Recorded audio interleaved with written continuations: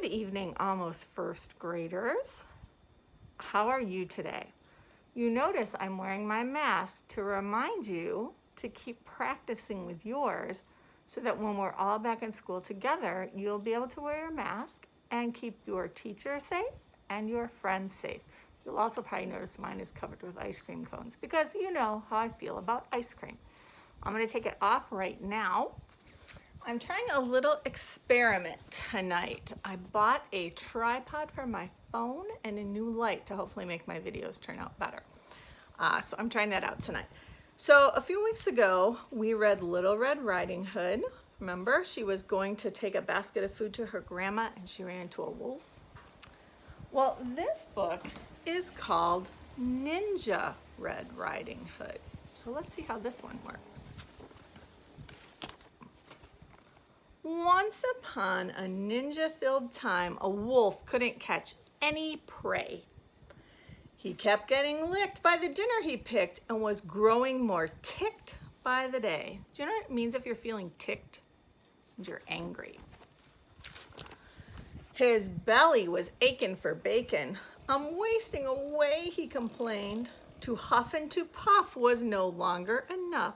So he snuck into school to be trained.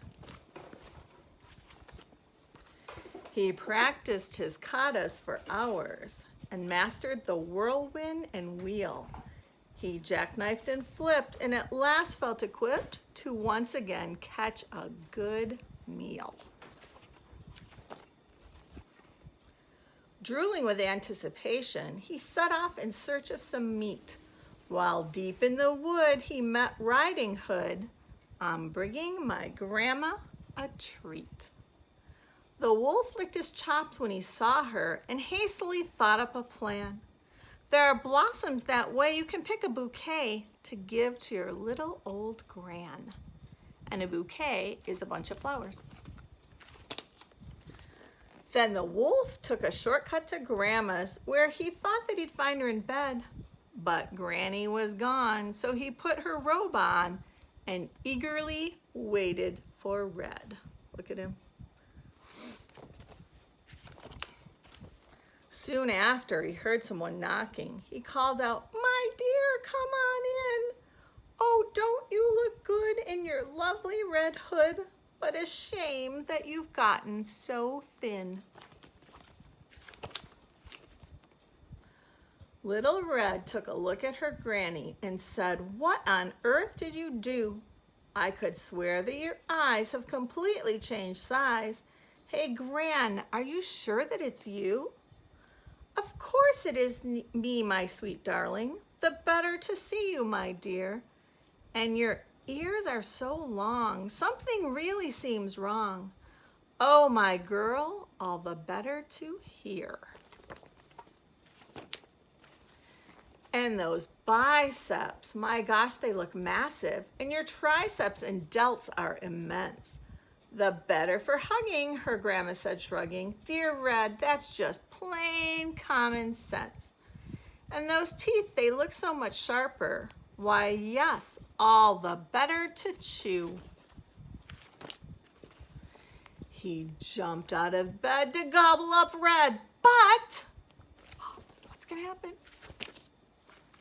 She'd gone to ninja school too.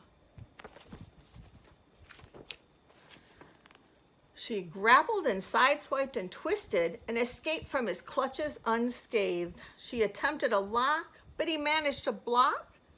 They appeared to be evenly matched. Just then they both heard someone chopping. A woodsman, Red thought, but instead it was Gran and her gi. She'd just come from Tai Chi. Don't you dare harm a hair on her head. This outfit she's wearing, it's called the gi. The wolf took a swing at that instant, but Red deftly dodged the attack. She got a good grip, threw him over her hip, and the wolf wound up flat on his back.